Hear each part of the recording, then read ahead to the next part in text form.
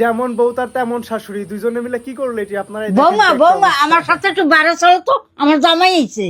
আচ্ছা মা চলেন। বৌমা একটা কথা শোনো, জামাইয়ের সামনে এমন ভাব করবা আমরা বিরাট গরিব, আমরা 3 বেলা ভাত খাইতে পারি না। কেন মা? আরে আর কইও না, আমার জামাইয়ের বিরাট নজর খারাপ, ও যা পাবে সব লই যাবে।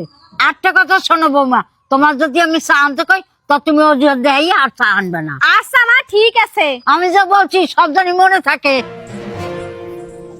শাশুড়ি মা, বেশ কয়েকদিন ধরে দেখতেছি আপনার ছেলে বাড়িতে বসে থাকে, কোনো কাজ বাজ করে না, কি ব্যাপার কি? আর বলো না বাবা, আমার ছেলে কোনো কাজ বাজ নেই, আমি যেদিকে তাকাই অবাক আর বাবা, আমি যে কিভাবে সংসার চালাই।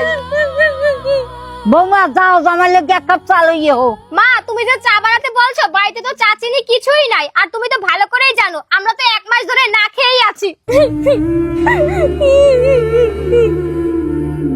দেখছো বাবা আমার বাড়ির অবস্থাটা কেমন হয়ে গেছে।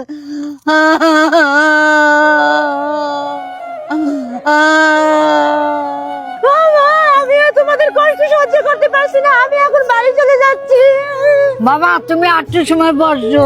বৌমা আমার জামাই যাইছে, আমি খালি হাতে যাবে, যাই যদি আমার ব্যাগ থেকে হাতেই দাও, টাকা পয়সা হাতে নিয়ে গেলে আর একটু দেও। ঠিক আছে মা, আমি দেখতেছি।